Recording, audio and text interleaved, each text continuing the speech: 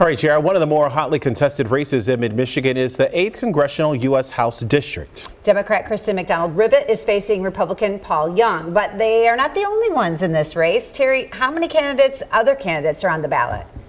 There are 4 other people, including the Green Party candidate, Jim Casha, actually. He does not live in Michigan. In fact, he does not live in the United States, but the Secretary of State's office says he can still run for the seat. But Tim, you don't even live in the country. I know. Isn't that great that I'm willing to give up my universal health care to come down to Michigan?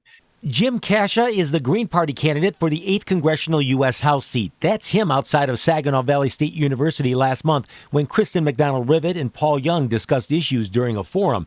The district includes Flint, Saginaw, Bay City, and a good part of Midland County. But Casha is running his campaign from his home in Tillsonburg, Ontario. I believe that I'm probably the first person to ever try something like this. Casha was born in Detroit but moved to Canada in the 1990s.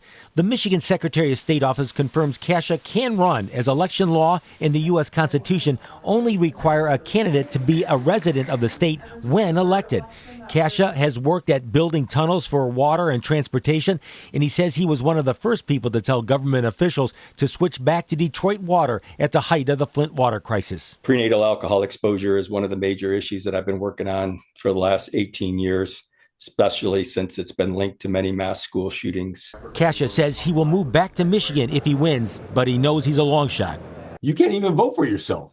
That's right. I can't vote for myself.